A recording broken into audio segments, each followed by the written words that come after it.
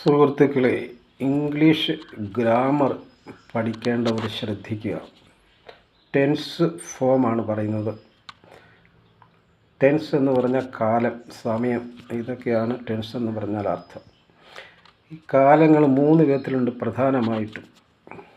1 വർത്തമാനം, 2 ഭൂതകാലം, 3 ഭാവി കാലം. ഇതിൽ വർത്തമാനകാലത്തിലും ഈ 3 കാലങ്ങളെ 4 വീതം ആയിട്ട് പിരിവുകളുണ്ട്.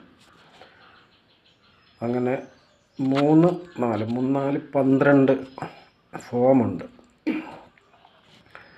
ഒന്നാമത്തെ പ്രസൻറ്റ് ടെൻസ് പറയാം, വർത്തമാനകാലം എന്ന് പറയും മലയാളത്തിൽ.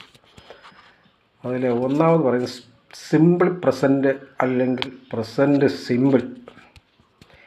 ഈ പ്രസൻറ്റ് സിമ്പിൾ ഉപയോഗിക്കുമ്പോൾ അതിന് സഹായക ക്രിയ, ഓക്സിലറി വെർബ് അല്ലെങ്കിൽ സഹായക ക്രിയകൾ ഉണ്ടാകില്ല.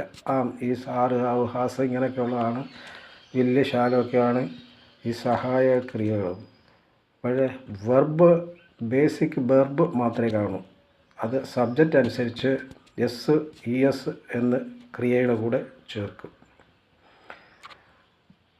പക്ഷേ റൈറ്റ്, ദേ റൈറ്റ് എന്നാണ്. അത് ദേ എന്ന് പറഞ്ഞാൽ അവർ എന്നർത്ഥം. അതിന് ബഹുവചനമായതുകൊണ്ട് എസും ഇ എസും ചേർക്കാറില്ല. 2 ഹീ റൈറ്റ്സ് എന്ന് പറയും. അപ്പോൾ അതിൻ്റെ കൂടെ എസ് ചേർത്ത് പറയണം. ഇത്രയാണ് സിമ്പിൾ പ്രസൻറ്റിൻ്റെ ഫോം. അടുത്ത വീഡിയോയിൽ പ്രസൻറ്റ് കണ്ടിന്യൂസ് എന്താണെന്ന് പറയും. എല്ലാവരും ഇത് ഉപകാരപ്രദമായി തോന്നുന്നവർ സബ്സ്ക്രൈബ് ചെയ്യാൻ മറക്കരുത്. Thank you.